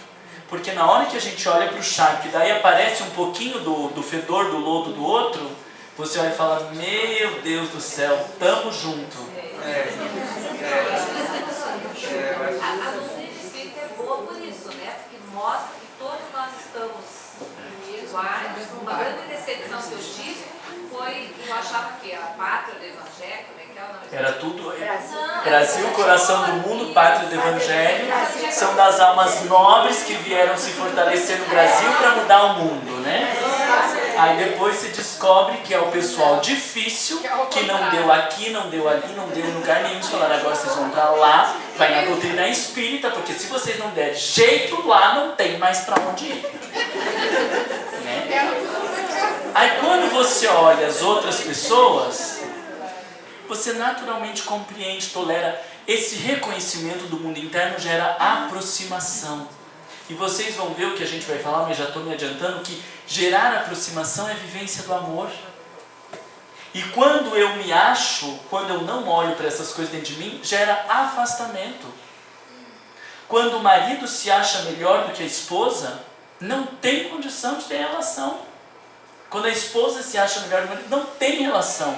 Tem competição, tem acusação, tem julgamento. Não existe amizade entre uma pessoa que se acha melhor do que a outra. Existe disputa, porque a amizade de verdade é quando um admira o outro O outro admira um sabe do defeito do outro, o outro sabe do defeito de um, porque nós estamos juntos. E há o respeito daí. Sim. E aí é um respeito, mas não é um respeito que eu olho Juliana de Garra, coitada, né? Tem que compreender, né? Essa gente ignorante aí, atrapalhada, né? É porque eu olho para mim e digo, meu Deus do céu, mudam os temas, muda o discurso, mas a gente está tudo no mesmo barco. Esse sentimento de aproximação é a vivência do amor. Não é o amor caridade aonde eu tenho muito e vou dar para o pobre. É o amor caridade porque eu me reconheço naquele pobre, porque eu poderia estar lá como aquela pessoa, porque a próxima encarnação pode estar, porque se ele estivesse no meu lugar e tendo tudo que a vida me ofereceu, ele também estaria bem como eu estou, e eu vou me reconhecendo igual e digo, gente, eu não tenho direito de ficar usufruindo de tudo isso? Enquanto tem tanta gente sofrendo, não é porque eu estou aqui no alto do meu pedestal e dou para esses insignificantes, é porque eu me identifico e aí eu compartilho do que eu tenho. Agora, quando eu acho que eu estou acima, que eu sou melhor, então eu tenho direito de usufruir. Não faz sentido? Ah, eu fiz por merecer. Mas será que se você tivesse nascido no meio da favela, tudo que você fez por oferecer teria dado o resultado que você está? E será que aquele sujeito que hoje está despindoqueado, se tivesse na família que você teve, com todas as orientações e suportes que você teve, ele não estaria bem como você está? Daí a gente vai descobrindo que ele não fez muito por merecer, não. E aí não dá vontade de usufruir tanto quando a gente tem essa consciência. Marlon, tem um filme que está passando na estação, é O Estado das Coisas. É um filme que está passando tarde, 21 e pouco. Muito bom nesse sentido que você está trazendo. O Estado das Coisas. O Estado das Coisas. A gente então vai fazer uma oração agora. Vamos lá para a estação assistir o Estado das Coisas, que agora é 21h05. Bem disso que você está falando, é interessante. O cara que se julga inferior aos amigos, que estão bem colocados. Ah, que legal. Um filme muito legal. O Estado das Coisas. Pouca gente está indo assistir. Muito bom. Vamos dar uma olhada. O sucesso tem sentido quando realiza o lutador, estabelecendo equilíbrio na conduta e produzindo paz interior. Então não quer dizer que você não pode ter sucesso. Mas olha o desafio de você identificar o que tem por trás do desejo de êxito e de sucesso. Em caso contrário, não se trata de uma realização legítima, porém de uma projeção de imagem que se faz aflição pelo temer competidores, por fragilizar-se com facilidade, por estar em constantes enfrentamentos. Isso é ansiedade. Esse quadro aqui de temer competidores, fragilizar com facilidade, constante enfrentamentos, é ansiedade. E aí, para a coisa não ficar tão triste, tão pesada, porque hoje é o nosso último encontro, a gente vai ficar muito tempo sem se ver, não quero que ninguém pense que o melhor é morrer. Então tá, eu não vou me matar, mas se agora a morte viesse, seria bom, né? Como diz o Divaldo, tem uma hora boa para reencarnar. É, tem uma hora boa para desencarnar. Eu trouxe aqui algumas reflexões para vocês sobre o sentido existencial. E aí, gente, eu queria dizer que eu acho que essas reflexões aqui foram muito legais e eu não sei se eu vou conseguir traduzir para vocês o que eu pensei e depois vocês me dão um feedback, se foi ou não foi. Primeiro, eu trouxe um slide só para a gente entender um pouco o que Joana situa como sentido existencial e como que desenvolve isso, e depois nós vamos para o que eu queria falar. Então vamos passar esse slide rapidinho. A busca de sentido existencial por parte do ser humano constitui uma força inata e impulsionadora do seu progresso. Então trouxe esse slide para a gente lembrar o que é inato. Que já está lá. Não é eu buscando. Então o sentido existencial não tem a ver com essas buscas que eu estou fazendo, porque essas buscas têm a ver com camuflar. Não é algo que eu vou arrumar, é algo que eu vou descobrir. É de dentro para fora e não de fora para dentro. Ao identificá-lo, então, já está lá e eu identifico. Ao identificá-lo, torna-se-lhe o objetivo básico a ser conquistado. Não foi uma criação do ego, foi identificado pelo ego algo que já estava posto, empenhando todos os recursos para a consecução da meta. Está fazendo sentido que o negócio tem que vir de dentro? Se não tem uma escuta para o mundo interno lá dentro, eu nunca vou escutar esse direcionamento. Hoje então eu vou chegar em casa, vou sentar e vou meditar para ouvir o sentido da minha vida. Se você não faz isso todos os dias, não vai ser hoje que você vai chegar em casa, vai sentar e que isso vai acontecer. É como agora, você não tem a menor noção de alemão, e aí você vai sentar agora com o alemão e vai querer conversar. Não vai dar. Você não entende aquela língua. Não vai conseguir compreender. Pode passar o dia inteiro com o alemão. Não vai conseguir compreender. Precisa ter aquela língua, precisa ter esse vocabulário, precisa ter essa escuta interna para daí poder sentar com o alemão e conversar. Faz sentido esse exemplo ridículo que eu dei? Graças a isso, que podem ser os seus ideais, as suas necessidades, as suas ambições, oferece a vida e não teme a morte, conseguindo inclusive permanecer sob as mais miseráveis e inumanas condições, desde que essa chama permaneça acesa interiormente. Olha que lindo!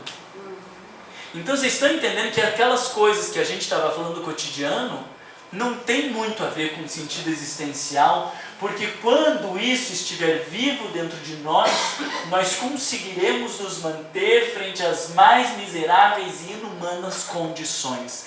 É Jesus Cristo. Passou por tudo o que passou, viveu tudo o que viveu e lá do alto da cruz ainda pede a Deus que perdoe as pessoas porque elas não sabiam o que faziam. Essa é a nossa meta. Trata-se de um sentido pessoal que ninguém pode oferecer e que é particular a cada qual. Possivelmente será proposto quando se está despertado para o interesse, chamando-lhe atenção, mas a sua eleição é pessoal. Não tem como alguém dar sentido para a minha vida, não tem como alguém me falar, não tem como alguém definir. Alguém pode me apresentar, mas tem que ser uma eleição pessoal. E aí, mesmo que fique escuro agora, não tem problema de ficar escuro, né? O pessoal já sabe que sou eu. Eu trouxe essa imagem da árvore, porque disso tudo que eu fui pensando do sentido existencial, de como trazer uma coisa mais palpável para vocês, do que ficar falando, nosso sentido existencial é amar, e continuar fazendo as mesmas presepadas com o filho, com o marido, com o pai, no centro espírita que a gente está fazendo, dizendo que o sentido existencial é amar, isso para mim não coube nesse tempo todo que eu estava amadurecendo esse estudo. E aí quando eu olhei para a árvore foi algo que dentro dessas leituras ela começou a fazer sentido dentro da lógica do sentido existencial. E vocês já vão entender por quê dentro dessa frase de Joana de Ângeles. 5.0 é capítulo 5, introdução do item 2, item 1, item 3. Existir significa ter vida, fazer parte do universo, contribuir para a harmonia do cosmos. Então aí ela está estabelecendo a lógica ou o sentido da existência. Fazer parte do universo, contribuir para a harmonia do cosmos. Vocês conseguem relacionar isso quando Kardec fala de qual é a nascente de todos os nossos vícios, que é o egoísmo? Porque o egoísmo é o fechamento em si, e o sentido da existência é a abertura, o fazer parte e a contribuição para a harmonia do cosmos. Então, o egoísmo é a negação do sentido da nossa existência.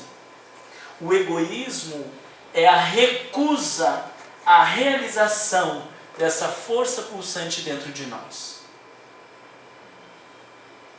E aí eu pensei no simbolismo da árvore, porque quando eu olho para uma árvore, depois que eu tive uma experiência de contemplação que me tocou essa coisa de estar conectado, eu olho hoje para a árvore e penso nessa relação de conexão com o todo, porque ao mesmo tempo ela produz oxigênio, e aí ela está ali, e o fruto que cai fertiliza a terra, e ao mesmo, sabe, essa parte desse ciclo todo assim, dessa conexão. Não existe como pensar uma árvore sozinha, suspensa, né, desconectada desse todo, ela está imersa nesse ciclo. Claro que tudo está imerso nesse ciclo, mas eu estou compartilhando com vocês um símbolo que serviu para mim, de olhar para esta árvore como uma parte de um todo que está plenamente conectado a tudo. E aí, para mim, tem sentido existencial. Quando nós conseguimos olhar para a nossa vida e nós estamos conectados.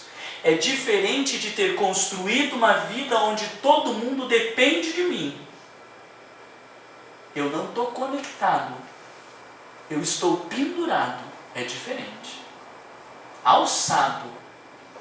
Quando eu crio os meus filhos para que eles dependam de mim, quando eu crio uma relação com o meu marido ou com a minha esposa para que eles dependam de mim, quando eu conduzo o centro espírita para que eles dependam de mim, quando eu sou o centro da minha família para que eles não vivam sem mim, isso não é sentido de vida, porque isso não é conexão.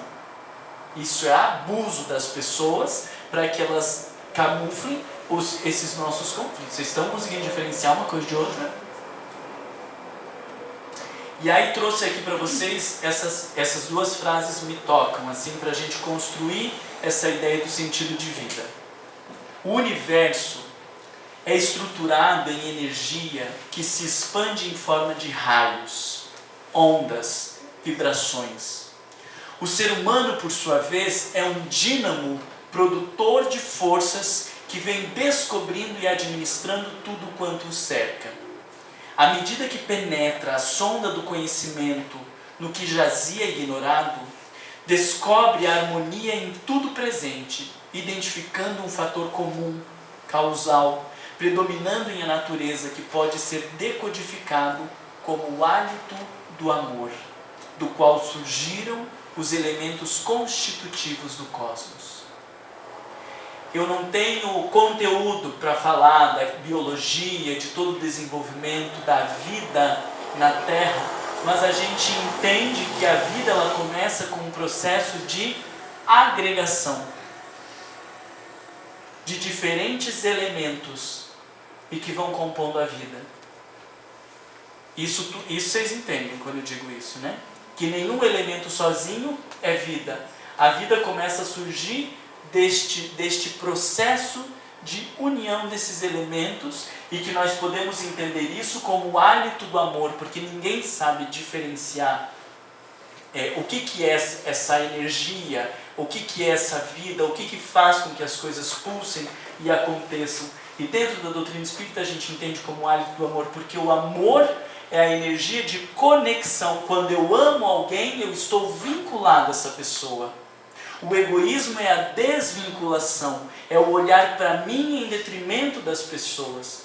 Então, nesse sentido, nós estamos entendendo que a vida toda vai se estruturando nesta união de diferentes elementos, e aí nós temos o ser humano. Mas o impulso, ele continua vibrante. O impulso continua no sentido da agregação. O impulso continua no sentido da conexão. E isso está íncito dentro de nós. Não existe um ser humano sozinho. O ser humano é um ser gregário. Ele depende do outro. Parece como se fosse um problema a questão da vida do animal, que o animal tem uma independência muito grande e nasce, já vai se desenvolvendo, e o ser humano tem uma dependência muito grande. Mas eu não acho que isso tenha a ver como se fosse um menos. Eu acho que isso é mais, porque isso vai revelando a necessidade que nós temos uns dos outros. Vocês estão conseguindo acompanhar o meu raciocínio de que se nós estamos falando de uma força pulsante do amor que vai me constituindo e que aqui estou eu, continuar vivendo este movimento pode ser o sentido mais importante da vida? Dar espaço para que essa energia que me trouxe até aqui continue pulsando e direcionando a minha vida. E para onde que ela direciona? Para o outro. E aí eu acho que é o momento culminante que nós estamos do predomínio do mal nos mundos de provas e expiações, tentando caminhar para o predomínio do bem nos mundos ditosos. Porque o que é o predomínio do mal, senão nós centrados apenas em nós mesmos? E o que é o predomínio do bem, se não esse sentimento de conexão? Faz sentido isso para vocês? Aí, ela diz assim: somos de parecer que o sentido, o objetivo, o essencial é a autossuperação das paixões, a autoiluminação para bem discernir o que deve e o que pode fazer, para harmonizar-se em si mesmo, em relação ao seu próximo e ao seu grupo social no qual se encontra, bem como a vida, a natureza, a Deus. Vocês estão enxergando aí o sentido de conexão? Não parece que o sentido da vida ele possa ter a ver com a realização desse potencial que existe dentro de nós? Olha quão bem nós nos sentimos quando nós temos certeza de que alguém nos ama. Quão bem nós nos sentimos quando nós amamos alguém. Quão realizador é se sentir conectado e saber que você é especial para alguém. Quanto nós somos capazes de dar e de oferecer quando alguém é especial para nós. Olha o sentido de conexão íncito. Quando um casal se ama, passa por todas as dores e por dificuldades. Quando não há amor no casal, até discute por dinheiro. Pelo excesso de dinheiro e por onde vai usar. O sentimento que se fala de conexão com os filhos, da mãe que gerou, mas não é só do gerar também, porque o pai também pode sentir isso, e a mãe que adota também, mas essa coisa dos filhos, que o filho humilha a gente, pode xingar, pode falar de tudo, e a gente aguenta essas coisas e continua amando, se for um pai minimamente saudável, uma mãe minimamente saudável, continua amando porque existe aquele negócio que faz com que a gente suporte até o desrespeito da pessoa que é mais importante na nossa vida. Então vocês conseguem voltar lá atrás naquela força que faz com que a gente suporte qualquer drama, qualquer dificuldade que a vida me ofereça? Eu não acredito que o que vai nos dar sustentação frente às atrocidades que a vida ainda pode nos apresentar esteja nessas coisas aí fora. Eu acredito que a gente só vai conseguir suportar as dores que a vida tem a nos apresentar quando nós nos sentirmos conectados uns aos outros. Não é o fato de ter um filho, mas é o fato de amar o meu filho que faz com que eu queira melhorar. Não é o fato de ter um casamento, não é o fato de ter o centro espírita, mas é me sentir conectado à causa da doutrina espírita, porque ela transformou a minha vida e eu quero ajudar para que ela transforme a vida dos outros, e me sentir conectado às pessoas que nem chegaram no centro espírita, e trabalhar por uma instituição para que um dia, quando as pessoas chegarem, elas se beneficiem. É isso que vai dar sentido para a nossa vida. Não é o fazer a caridade, juntar dinheiro para dar para os pobres, mas o sentir que faz diferença na vida daquelas pessoas e que elas fazem diferença na nossa vida é que faz com que a gente se sustente frente a todas as dores. A vivência dessa energia pulsante que nós sentimos, que nós chamamos de amor, é o que eu acredito que dá sentido para as nossas vidas. Sentir-se amando. Porque nós ficamos esperando que os outros nos amem. Então eu fico esperando que alguém se conecte a mim. Isso nunca vai acontecer. Nunca vai acontecer. Nós precisamos fazer o movimento. Mas quando nós lemos lá fora da caridade numa salvação, não é porque eu fiz um movimento, não é porque eu dei para alguém, não é por conta disso, mas é porque quando eu me direciono ao outro, eu vivo o amor. E isso a gente pode chamar de Deus também. Porque a força que une tudo e que mantém o equilíbrio perfeito do universo, depois que a gente reflete por aí, a gente já não sabe dizer o que é Deus e o que é amor. Talvez a gente possa dizer que o amor é a manifestação de Deus, mas o que seria Deus tirando isso? E aí o evangelista fala que Deus é amor, e aí vai criando até um tilt na nossa cabeça assim. Trouxe mais uma frase para a gente terminar. Jesus, ante a transitoriedade dos valores terrestres e a fugacidade do corpo, propôs a busca do reino de Deus e sua justiça, elucidando que após esta primazia tudo mais será acrescentado. Aqui eu trouxe porque Joana de Anjos está falando do sentido de fazer o reino de Deus e a sua justiça como o sentido da nossa vida. Mas vocês conseguem entender o reino de Deus e a sua justiça como a mesma coisa que nós estamos falando agora? Porque qual que é a lógica que nós temos do reino de Deus? Pessoas que se respeitem, pessoas que se valorizem, pessoas que se amem, que não haja injustiça, que não haja desconsideração, que todos tenham o mesmo valor e o mesmo lugar. Não é essa a ideia que nós temos de um mundo harmonioso? Um mundo onde predomine o amor. Um mundo onde predomine o sentimento de conexão, de vínculo, de contato. E nós estamos desconectados uns dos outros, esperando que alguma coisa lá fora dê sentido. É como se eu quisesse resumir que o sentido da nossa vida, se eu pudesse pôr numa palavra, eu diria que o sentido da nossa vida está na conexão com as pessoas.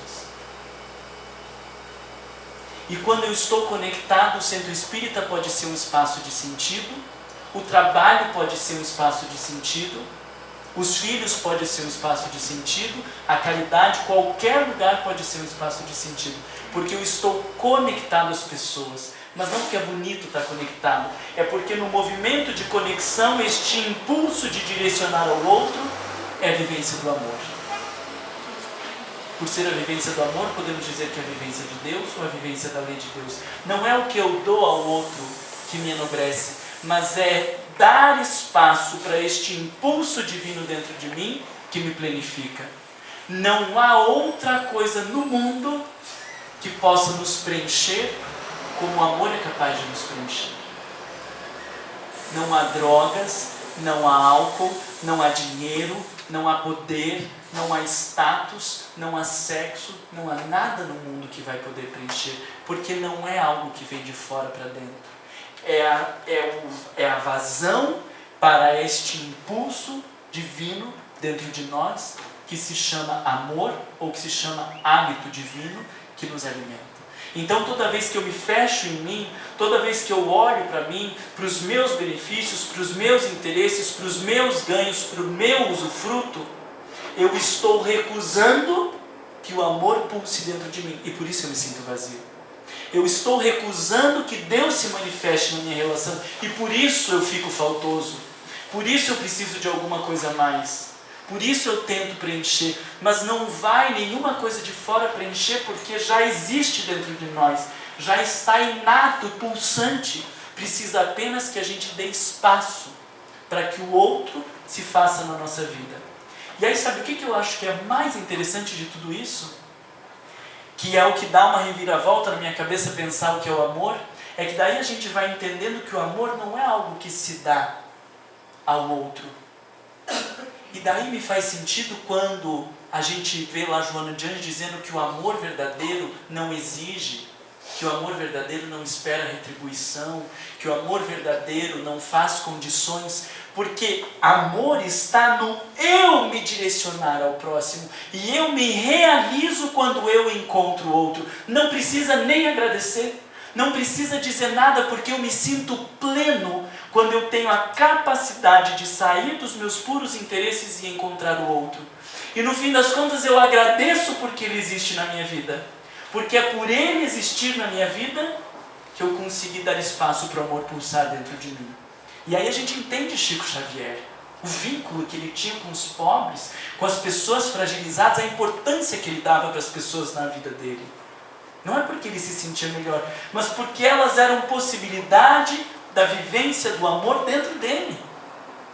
E aí eu nem espero retribuição, eu nem espero troca, não espero aplauso, não espero que alguém me diga muito obrigado, porque no fundo sou eu dizendo muito obrigado por você existir, porque é na tua presença que eu posso encontrar Deus dentro de mim. Aí faz sentido. O amor não espera, o amor não exige, o amor não cobra, o amor se satisfaz pelo simples fato de existir, porque amor é conexão, e a conexão, ao meu entendimento, é o sentido da nossa vida.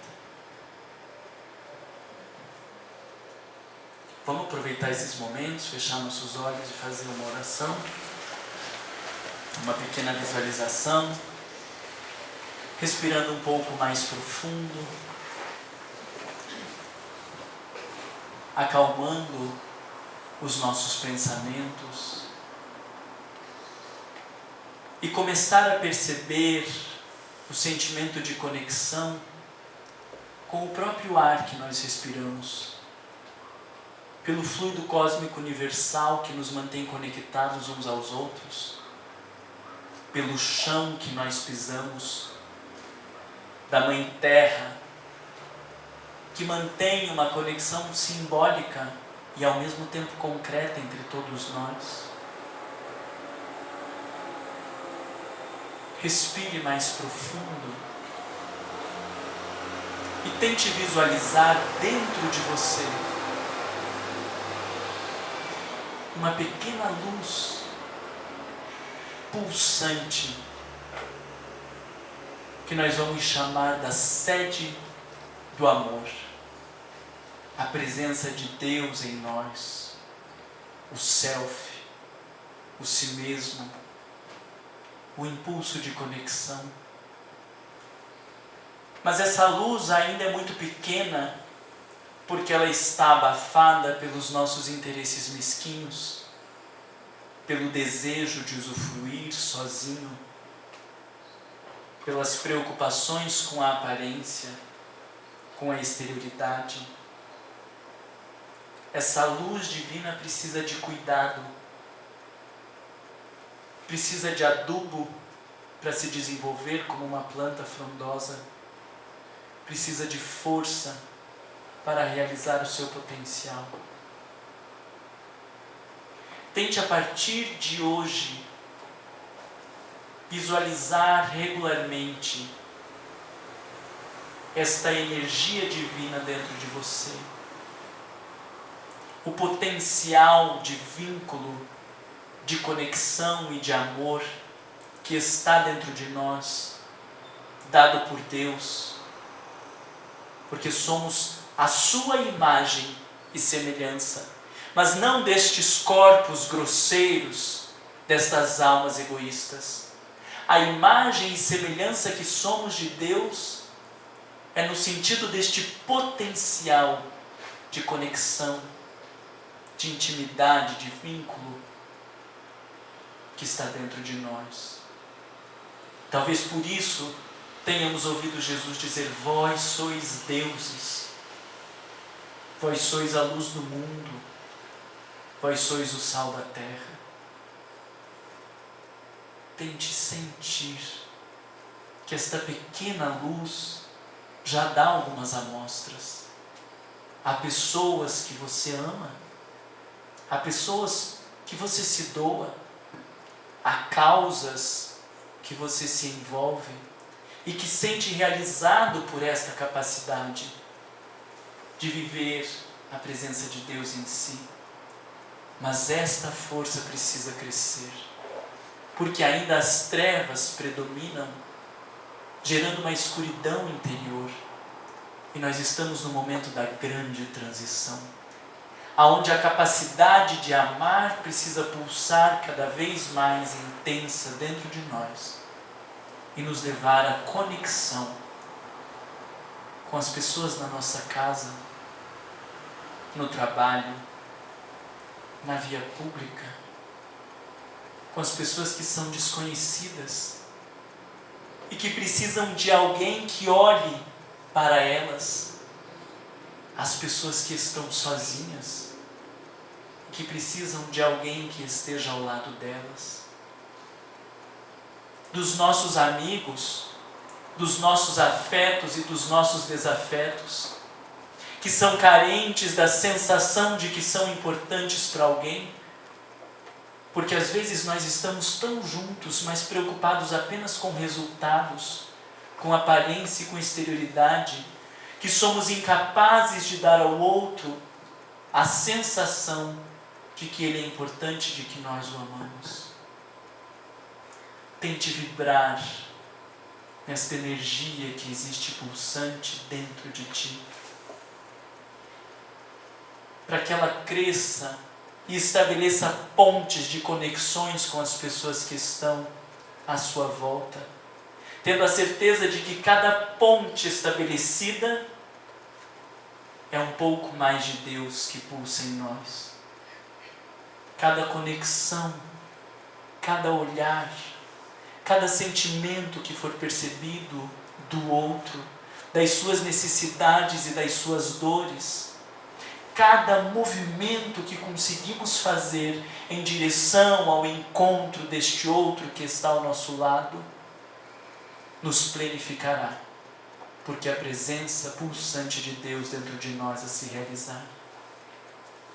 E por isso, nesta noite, nós agradecemos a Jesus, nosso mestre e amigo, pela oportunidade de termos a doutrina espírita em nossas vidas, a Joana de Ângeles, esta alma nobre, por ter nos permitido tantos conhecimentos de maneira lúcida e transparente, nos permitindo compreender melhor os desígnios de Deus para nós, nos impulsionando para a vivência do amor, e em especial por esta obra que nos permite compreender o sentido da vida, o amor, que quando vivenciado em verdade, se tornará um imbatível amor, capaz de vencer a corrupção, a violência, a miséria, a guerra e todos os dramas que o nosso mundo tem vivenciado. O amor, imbatível amor que precisa crescer dentro de nós, para que Deus se faça presente e a paz se instale em nosso planeta. Que o Senhor nos abençoe e que assim seja.